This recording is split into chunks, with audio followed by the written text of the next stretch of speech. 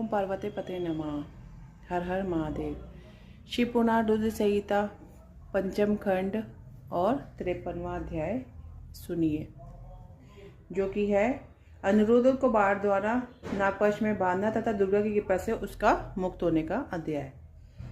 सनत कुमार जी बोले, हे व्यास जी, जब दैत्य कुमार वारासुर के द्वारपालों ने उनके पास जाकर उनकी पुत्री उमा से के कक्ष में किसी पुरुष के होने की सूचना दी तो वह आश्चर्यचकित हुए और स्वयं यहाँ आए। तब क्रोधित होकर वारासुर ने उमा के साथ अनुरुद्ध को देखा। अनुरुद्ध बहुत सुंदर और बलशाली युक्त। क्रोधित वारासुर ने अपने सैनिकों को अनुरुद्ध को मारने की आज्ञा दी। जैसे वारासुर के उन सैनिकों ने अनुरुद्ध को हमला किया, उसको देखते ही देखते उन सैनिकों की मौत के घाट उतार दिया।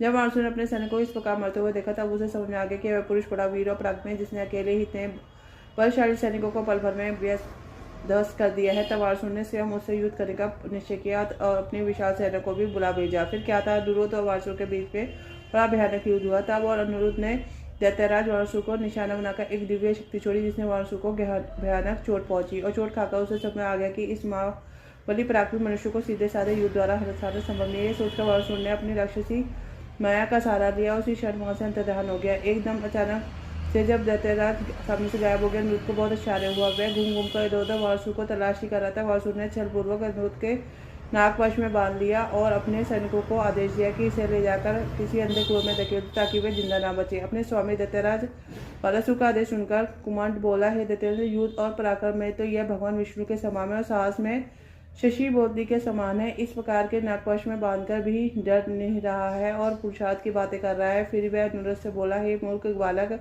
तुम महाबली दैत्यराज वारासुर ने अपनी समानता क्यों करता है? तू उनके सामने झुको, उनसे माफी मांग, अपनी हार मार ले। वह निश्चय ही तुझे क्षमा करके नागपाश से मुक्त कर देंगे। दैत्यराज ने उस सेवक को वचन को सुनकर अनुरुद्ध क्रोधित हो बोला, हे दुराचारी निशाचर, शायद तुझे क्षत्रिय वर्ग के बारे में कुछ नहीं पता है। शूरवीर के लिए युद्ध में पीठ दिखाना बनने से भी बढ़कर है।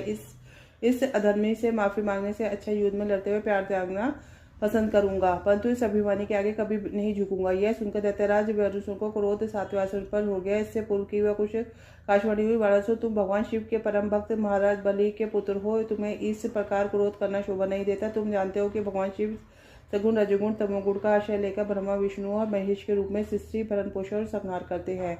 वह अंतर्यामी और सबके ईश्वर है। भगवान अनेक लीलाओं के रचयिता है और गर्व को दूर चूर करते हैं। वह तुम्हारे गर्व को भी चकनाचूर कर देंगे। आकाशवाणी सुनकर वारासुर ने अनुरुद्ध का वध करने का विचार छोड़ दिया और अनुरुद्ध को जेल में छोड़कर चला गया।